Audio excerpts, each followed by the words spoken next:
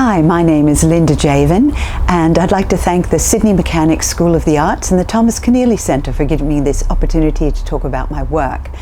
I'm a writer in many genres and across many forms, and I'm also a translator from Chinese. I've written plays and essays and short stories and all sorts of things, but today I'm here to talk about my books. I am also an editor, and I just wanted to mention that before I start talking about the books that I've authored, because I think a lot of writers, we do a lot of different things, and one of the things that gives great joy is editing collections of other people's work. New Ghosts, Old Dreams is a book that I co-edited with Jeremy Barmay, in which there are translations of what we call Chinese rebel voices. It was published in 1992 after Tiananmen, and there's lots of translations that we did as well, and very, very proud of this book. Another one, which I'm editing now, co-editing every year, is the China Story Yearbook.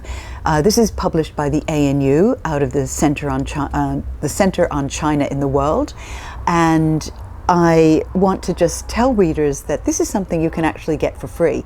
If you go onto the China Story website of the ANU, you can download PDFs of every one of these China Story yearbooks. And I won't say much more about them, but I think that anyone interested in China would be interested in seeing them. I'm also quite proud of that. Now, my writing career as a novelist, I have 7 novels to date, began in a funny way.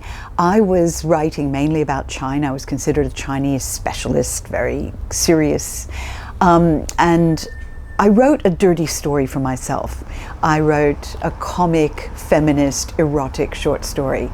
Just made me laugh. It was something I wanted to read myself. And I showed a friend, and she said, "You should publish that in Australian Women's Forum." Now, I'd been writing stuff that drew on many years of experience in China and my knowledge of Chinese language for a long time, and been paid very, very little for it.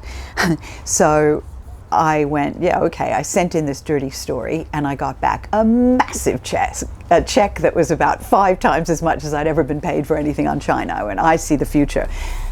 The future sort of coalesced in this little title, Eat Me, which I think text published thinking we'd maybe print about 2,000 copies, and then I'd move on to my serious stuff. It sold 6,000 into the bookshops before it even came out, ended up being a bestseller for 7 months, and is translated into, I can't remember how many languages, over a dozen languages, and was a bestseller for a very long time, and kind of kept me going with novels, and fiction, which was really, really a dream of mine for a very long time. Now, at the time, I was hanging out a lot in pubs, listening to rock bands, hanging out with bands. I saw a lot of social comedy in the scene. Eat Me is a comedy of manners. It's also a way of mapping the city I live in. So Eat Me takes place largely in Darlinghurst. And Rock and Roll Babes from Outer Space is kind of a Newtown novel. This one was also translated. I just brought one copy of a translated book just to show you what fun it can be. This is the Russian edition of Rock and Roll Babes from Outer Space. Very, very cute cover. After that, I turned to nonfiction, and I did a collection of my essays called Confessions of an S&M Virgin. The main essay here comes from a Rolling Stone essay I did where I went into the Hellfire Club and got whipped and whipped people and got spanked and interviewed the man who was spanking me. That was a really fun piece. There's also more serious work in there.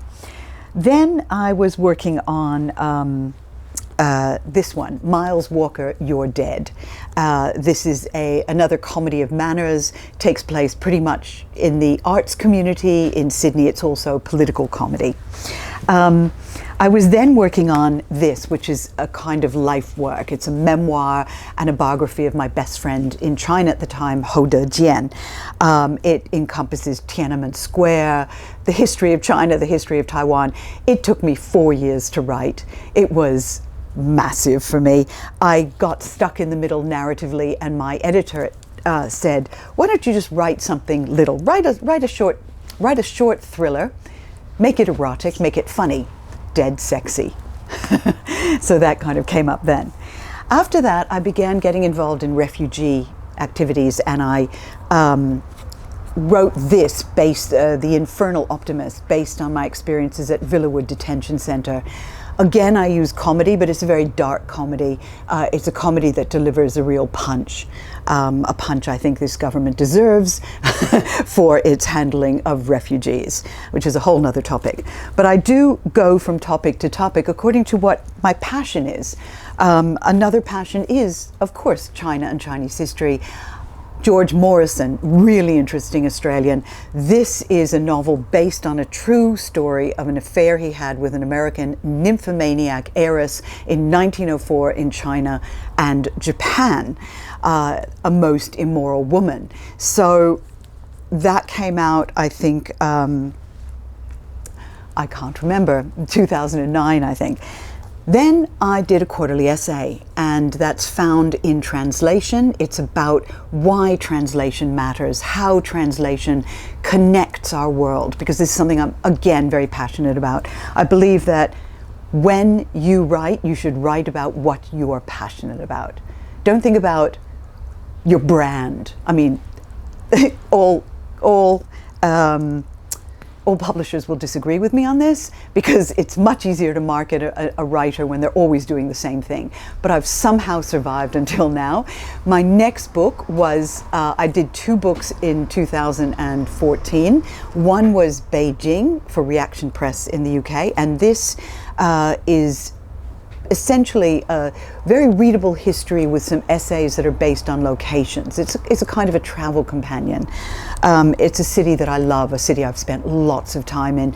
And at the same time, HarperCollins published The Empress Lover.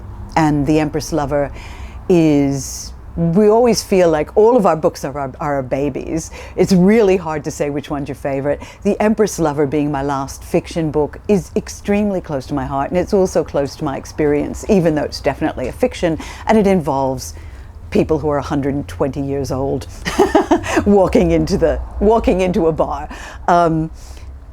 So that's kind of my crazy career in a nutshell. I would say if people want to become writers and they're passionate about it, obviously sit down and write. That's the first bit of advice. But second, follow your nose, follow what interests you, and follow your heart. Make sure you're writing about something that matters.